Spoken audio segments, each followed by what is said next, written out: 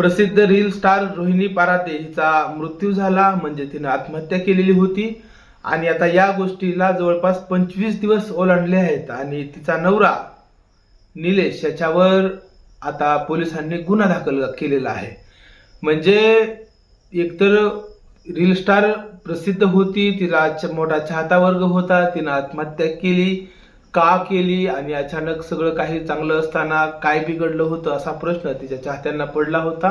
अशातच आता तिच्या नवऱ्यावर गुन्हा दाखल झाल्यामुळं आता खरा आरोपी जर तिला आत्महत्या करण्यासाठी प्रवृत्त करणारा असेल किंवा मग अन्य काही कारण असेल तर ते पुढे येण्यास मदत होईल असं वाटतंय का? कारण ज्या पद्धतीनं रील स्टार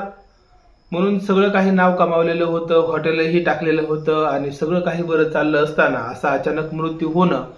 चाहत्यांना धक्का देणारी गोष्ट होती आणि या मृत्यूचं गूढ जे आहे ते आता समोर यावं, उकलावं पोलिसांकडून आणि नेमकं काय आहे ते संपूर्ण महाराष्ट्राला कळावं